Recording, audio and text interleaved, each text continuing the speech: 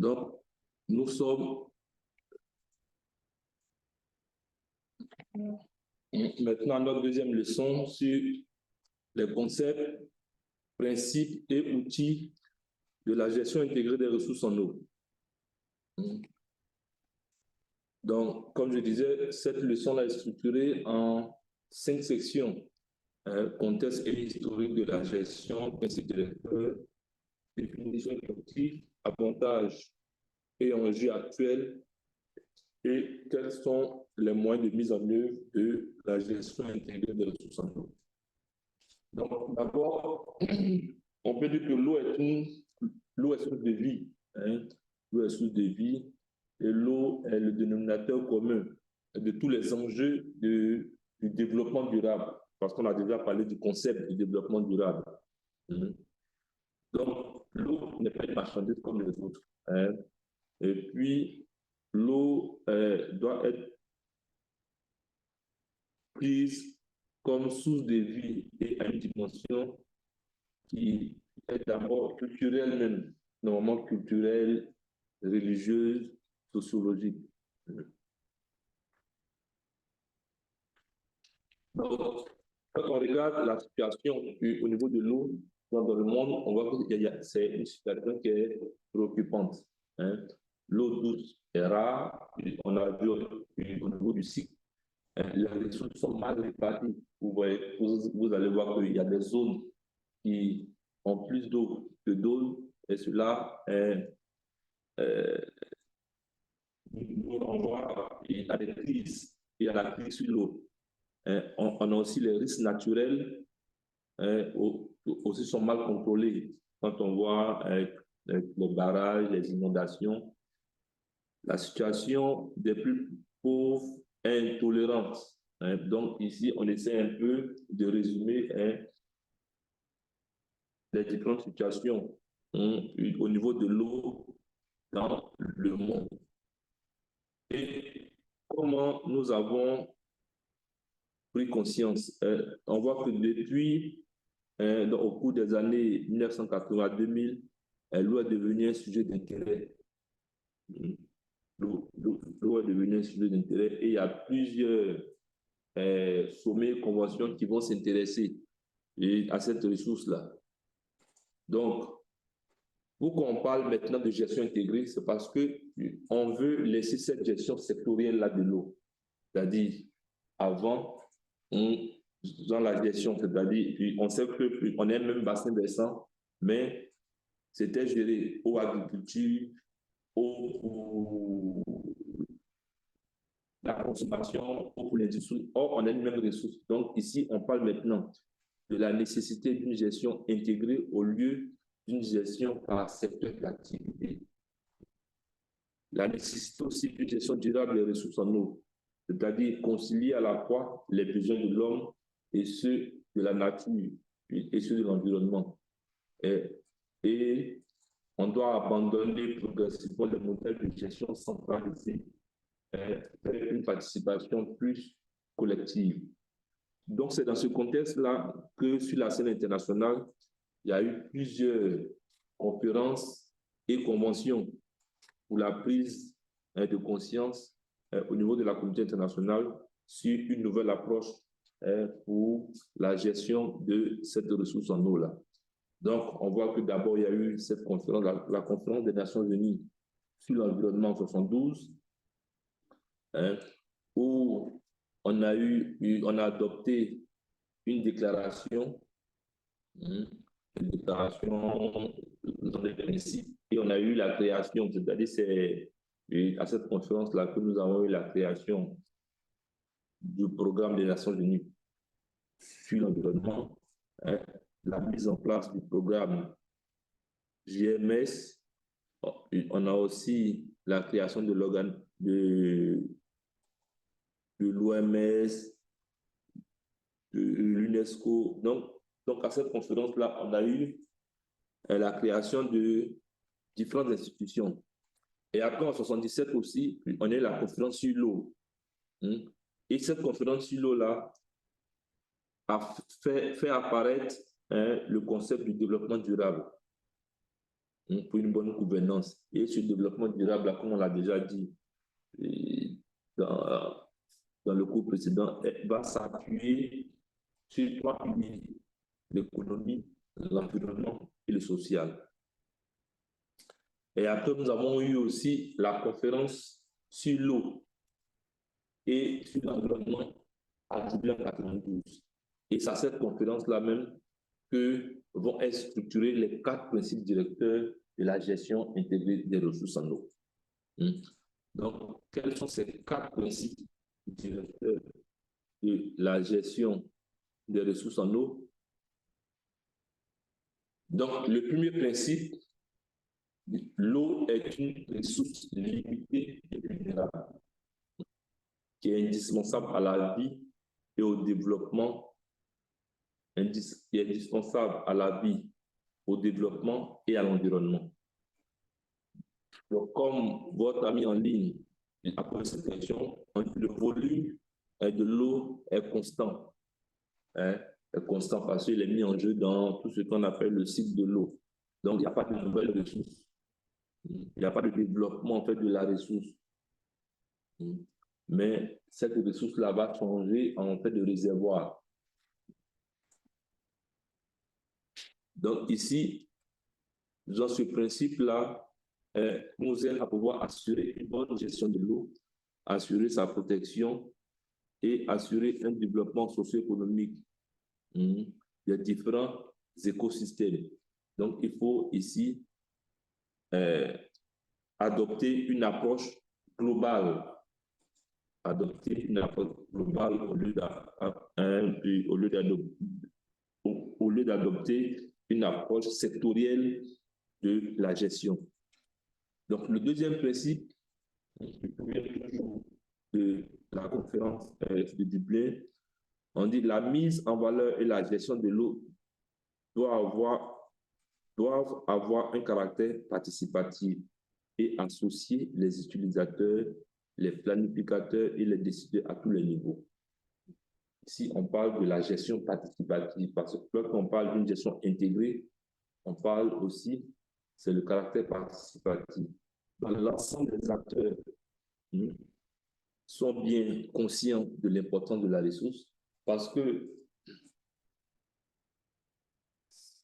si on met en place genre un programme et on n'implique pas les différents acteurs, ce programme-là ne peut pas atteindre son objectif. Donc, il faut que l'ensemble des acteurs prennent conscience de l'importance de la ressource.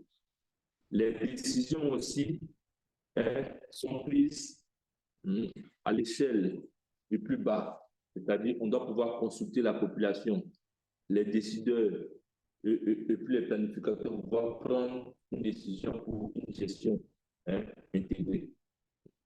Et les campagnes, là, on doit pouvoir informer, on doit pouvoir éduquer et on doit pouvoir communiquer sur la ressource. On ne doit pas venir seulement dicter, c'est-à-dire on vient dans un village et on implante des forages sans la population, sans l'avis de la population. Les ingénieurs viennent comme ça, on implante des forages, on dit maintenant vous avez... Non, non. Il faut que la population se sente suppliée en fait. C'est cette population-là après qui va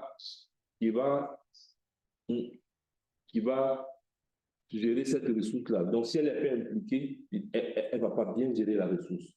Donc, il faut que la population s'implique. On a aussi le troisième principe qui fait une place aux femmes. Les femmes jouent un rôle déterminant dans l'approvisionnement, la gestion et la préservation de l'eau. Parce qu'on se rend compte que le plus souvent, lorsque nous avons dans les forages dans nos régions, ce sont les coopératives de femmes qui vont gérer, puisque ce sont ces femmes-là qui vont au puits. Et aussi, le quatrième principe ici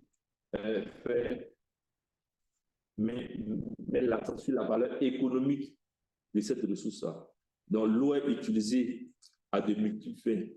Elle a une valeur économique et l'on doit la reconnaître comme un bien économique. Donc, on reconnaît l'eau comme un bien économique. C'est pourquoi vous avez des factures. C'est pourquoi ceux qui prélèvent normalement l'eau pour vendre, on parle du principe du préleveur-payeur. Donc, voici un peu les 4 principes qui fondent la gestion intégrée. Mais comme on dit le plus souvent, c'est une gestion intégrée des ressources en eau. Bon, est-ce que cette gestion est vraiment applicable? Donc, comme définition, on dit la gestion intégrée est un processus qui favorise le développement et la gestion coordonnée de l'eau, des terres et des ressources connexes, en vue de maximiser de manière équitable le bien-être économique et social en résultant, sans pour autant compromettre la pérennité des écosystèmes vitaux. Donc, cette gestion serait comme un outil visant à utiliser durablement l'eau pour répondre aux différents besoins, c'est-à-dire lutter contre les catastrophes naturelles, satisfaire de façon fiable les besoins des populations et puis assurer la suffisance agroalimentaire.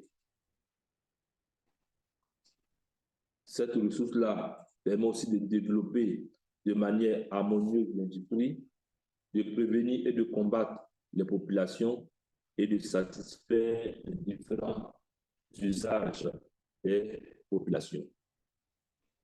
Donc, pour une mise en œuvre de la gestion intégrée, on doit pouvoir, c'est-à-dire la gestion intégrée, c'est quoi? C'est l'équilibre entre l'utilisation de l'eau et la préservation de la ressource. Donc ici, on montre la balance, tu vois, subsistant et ressources. Parce qu'on ne peut pas utiliser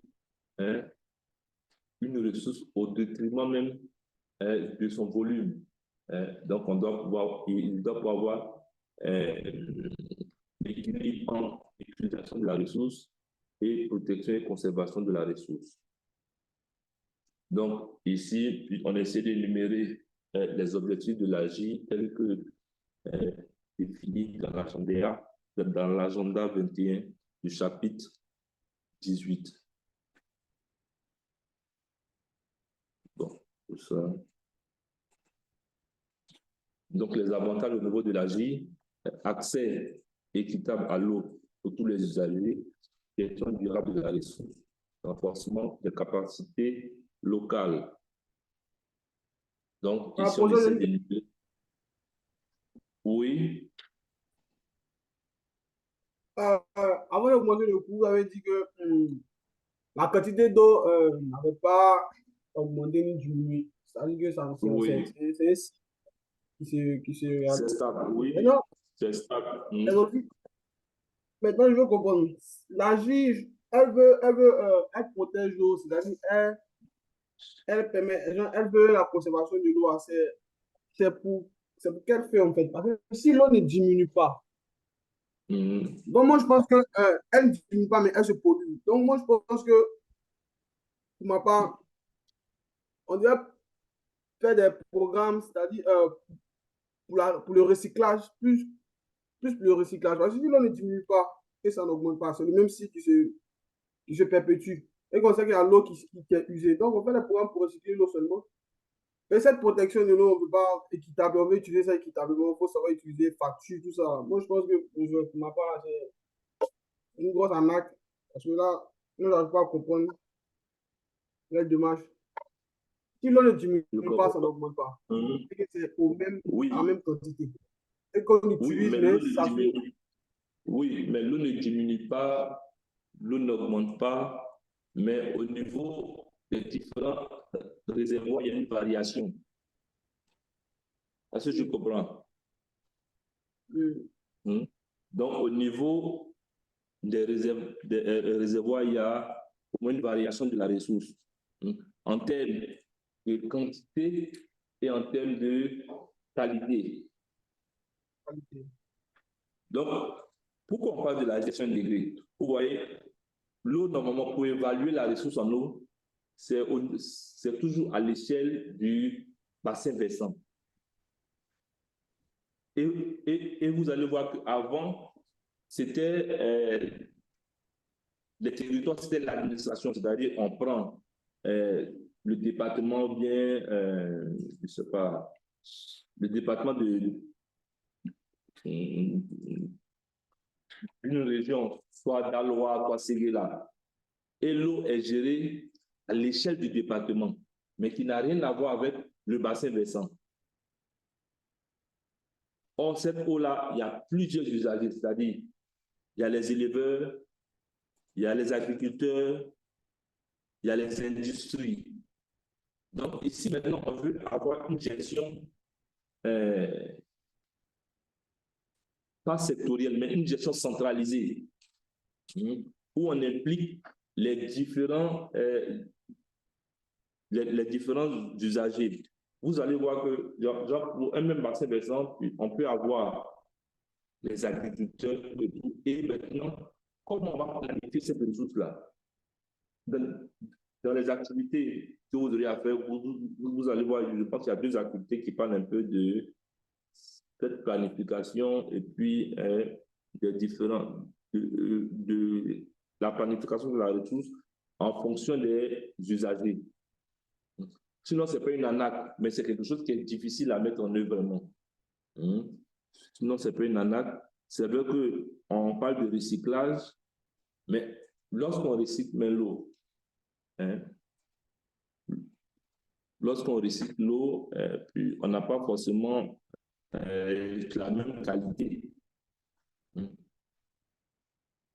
On n'a pas forcément la même qualité. Vous allez voir qu'en Europe, c'est pourquoi en Europe, on ne boit plus l'eau de la Seine ou bien de la Meuse. Mais on peut prendre cette eau-là pour se laver, pour laver pour d'autres besoins. Mais pour la consommation en eau, on va plus s'appuyer sur les eaux de table, c'est-à-dire les eaux qui sont en bouteille. Nous ici, l'eau qu'on prend pour laver les habits, l'eau qu'on prend pour faire, c'est une eau qui est potable. Donc, vous voyez que dans ce sens-là même, c'est comme s'il y a un gaspillage même d'eau. L'eau que tu prends pour tirer la chasse, l'eau que tu prends pour te laver, l'eau que tu prends pour laver les habits, c'est une eau qui est potable normalement à boire. On peut parler, on pourrait pas faire une distinction, l'eau est potable à boire, faire une distinction entre cette eau-là et puis l'eau pour les autres usages aussi. Mais comme on a ça en quantité, nous, on n'a pas de problème. On prend la même eau, on se brosse, on lave les habits, on boit, voilà. Mais c'est quand même à donner l'eau potable et puis on tire la chasse d'eau avec. Vous voyez un peu. Voilà. Donc, normalement, si on veut mettre une gestion intégrée, voilà, c'est-à-dire qu'on doit pouvoir minimiser un peu le gaspillage de la ressource aussi. Allô, c'est bon? C'est bon. Allô? Oui, allô. S'il y a des préoccupations. Monsieur, ma préoccupation se situe à deux niveaux. Oui. Ici, quand on parle de gaspillage, puisqu'on dit que le niveau ne diminue pas, Oui. donc dans ce sens, il n'y a pas de gaspillage en tant que tel. C'est simplement la localisation qui va changer. C'est-à-dire le bassin dans lequel l'eau va se retrouver, c'est ce bassin-là qui va changer. Aussi, quand on me dit que l'eau ne diminue pas de volume et l'eau qui est utilisée pour la cuisson des aliments, qu'on boit, tout et tout. Bon, Oui. nous sommes des milliards de populations sur Terre, hein, et par jour, chacun peut consommer au minimum 1 litre d'eau. Oui. Voilà, donc toute cette eau-là, où elle va, est-ce qu'on rejette encore dans la ça qui fait nature? le cycle. Oui, mais c'est ce qui fait le cycle en fait de l'eau. Parce que vous allez voir qu'il y a de l'eau qu'on rejette dans les eaux de surface. Il y a des eaux aussi qu'on rejette lorsqu'on fait les puits perdus qui vont s'infiltrer dans le sol et au fur et à mesure. Voilà. Donc, c'est tout ça qui fait le cycle en fait de l'eau. Donc, c'est pourquoi on dit la quantité même de l'eau là. parce qu'on sait que l'eau se retrouve sous forme solide, liquide ou gazeuse. Voilà, donc on sait que l'eau est sous cette forme-là. Et l'eau se trouve dans différents réservoirs, soit dans l'atmosphère, soit en surface, soit en eau souterraine, soit voilà. Donc, c'est ces différents états, ces différents réservoirs-là qui vont varier et qui vont affecter aussi la qualité de l'eau en fonction des usages que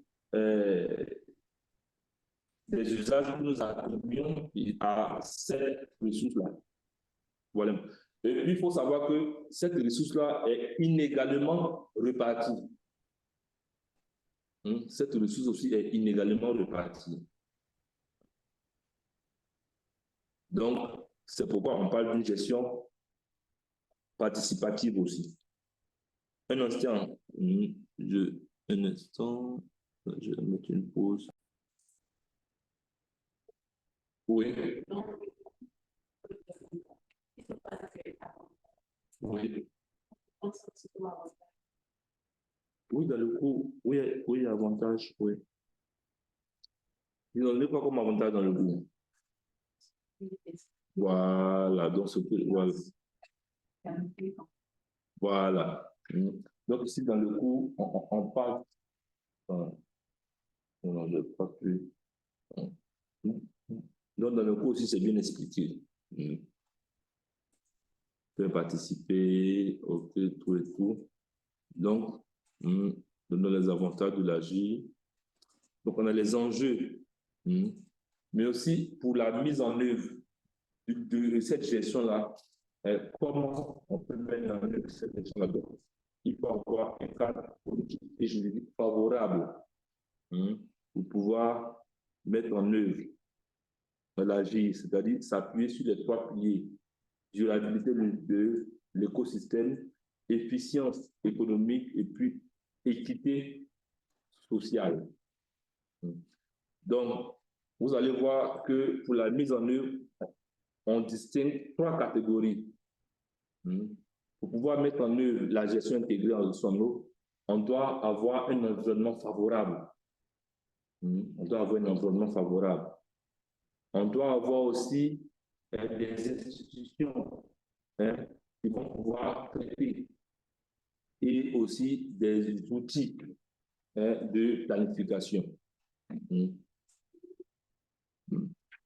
Donc, ici, l'échelle, le bassin versant est l'échelle pertinente pour la mise en œuvre de la gestion intégrée, parce qu'on considère que c'est l'unité de gestion même de l'eau, le bassin versant.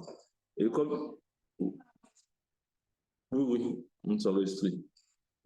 Donc,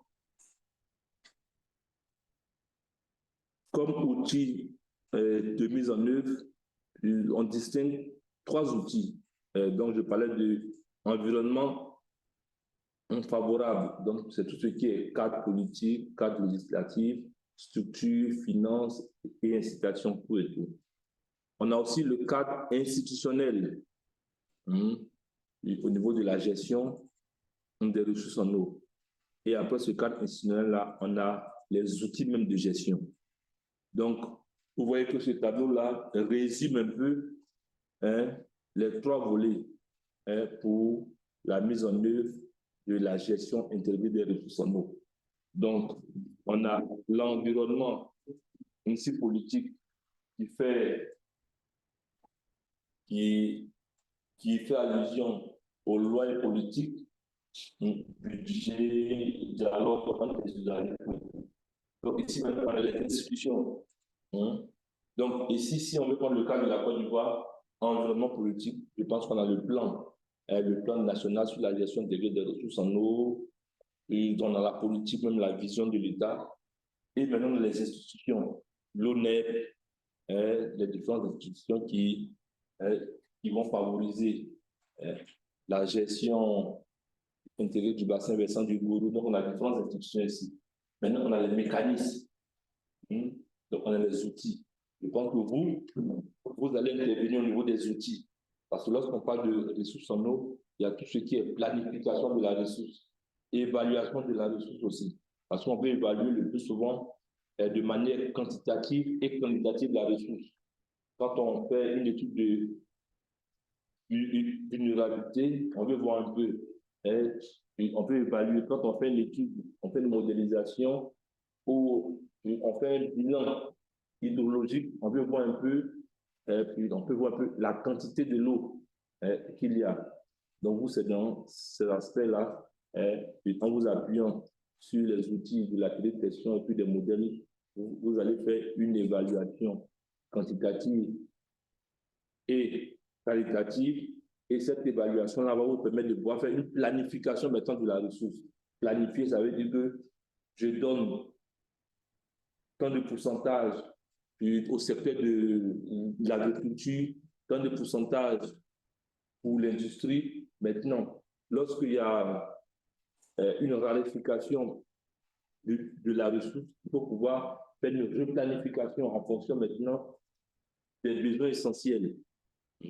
Donc, c'est un peu ça l'objectif de la gestion intégrée de la ressource en eau.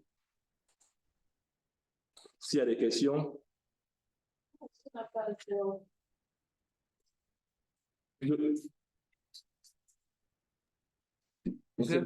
dans toutes les dents, vous ne mettez pas dans le cou aussi.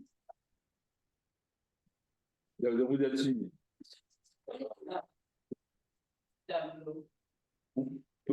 Prenez l'autre. Normalement, tout est désormais, je vais vous envoyer ça. Bon, chaque fois, ils disent envoie tout, j'oublie. Je prends la même temps. On va, je vais convertir par ça.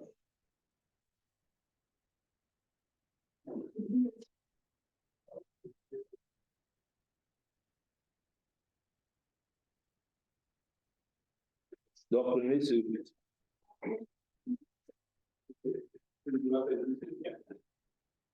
Vous voulez.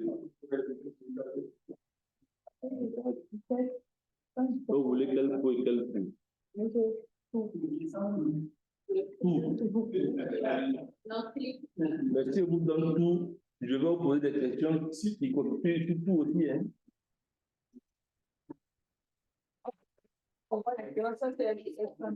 Si je vous donne tout, on vous pose aussi tout. Pour ceux qui sont en ligne, il n'y a pas de préoccupation?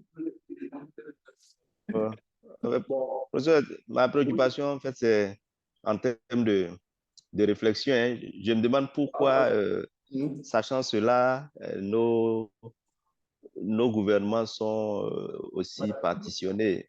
Par exemple, on va trouver un ministère qui va s'occuper de l'eau, un autre qui va s'occuper de l'assainissement, un autre qui va s'occuper de... Voilà.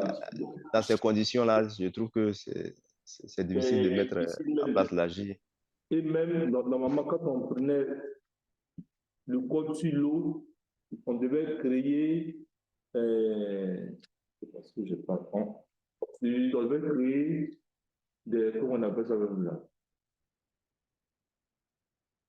Plusieurs organismes en Côte d'Ivoire, c'est-à-dire gestion intégrée du bassin du Bandama, gestion intégrée du bassin, c'est-à-dire pour chaque grand bassin, en Côte d'Ivoire, on devait créer en fait des organismes de gestion pour pouvoir gérer la ressource.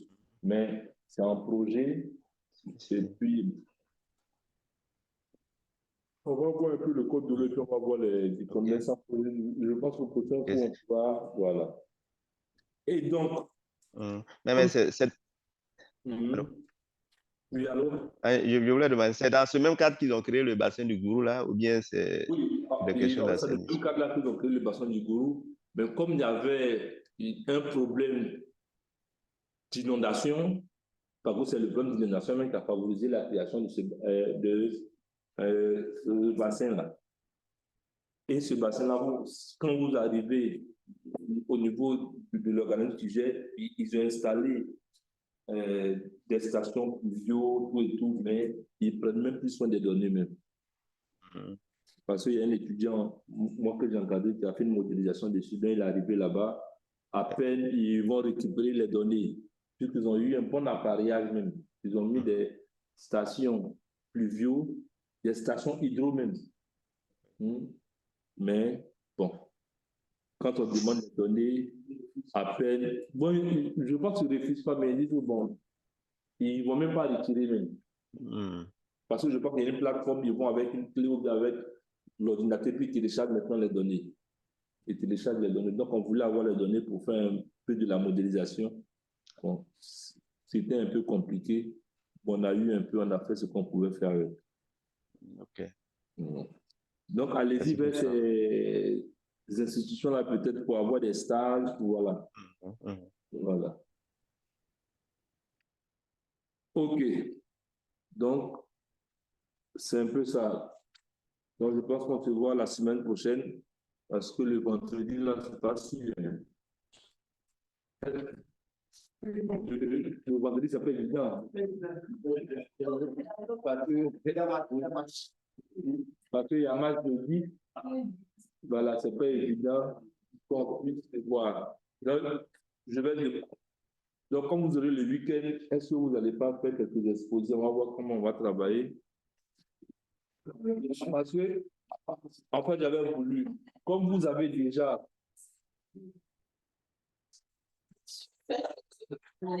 comme vous êtes étudiant, oui, état d'avancement. Normalement, on va programmer. On a dit pour quand? On avait dit fin janvier. Donc, préparez-vous pour fin janvier. C'était fin janvier. Voilà. C'était à l'origine fin janvier, mais je pense que ça sera parfait. Début février. Ça début février. Mais ils n'ont pas encore donné une date définitive. Mais on va vous donner un canevas. Hein? Parce qu'à cette présentation-là, vous devez présenter réellement ce que vous voulez faire. Et quand on finit cette présentation, ça veut dire que vous avez tous les outils, vous pouvez travailler maintenant, puis venir maintenant montrer, comment on appelle ça, le travail pour la soutenance. Vous pouvez travailler maintenant. C'est-à-dire envoyer tout ce que vous voulez faire, tout ce que vous avez comme données. Donc, essayez de voir si les images sont disponibles. Si vous maîtrisez la méthodologie, parce qu'à cette étape d'avancement, c'est pour vous aider à pouvoir finir dans le temps. Parce que le plus souvent, vous avez maîtrisé, vous n'arrivez pas à soutenir dans le temps. Maintenant, il y a les Master 3, Master 4. Au plus on ne connaissait pas ça. Donc, on veut vous aider à pouvoir finir dans le temps. Même si le sujet est un peu, c'est un peu comment orienter les sujets pour qu'on puisse finir dans le temps. Parce que le Master, c'est en 2 années. Master 1, Master 2. Je pense qu'on va finir les cours pratiquement fin mars, on aura fini les cours. Donc, vous aurez avril, mai, juin, juillet. Il y a même pas de soutenance, c'est quand? Voilà, c'est en juillet. Voilà, juillet, octobre. Voilà. Et depuis la deuxième vague, on va en novembre, c'est ça, hein? Octobre. Ah, octobre. OK. Donc, vous aurez informé, et puis on va voir si. Donc, le vendredi, on va laisser le cours, et puis on va mettre ça la semaine prochaine. OK.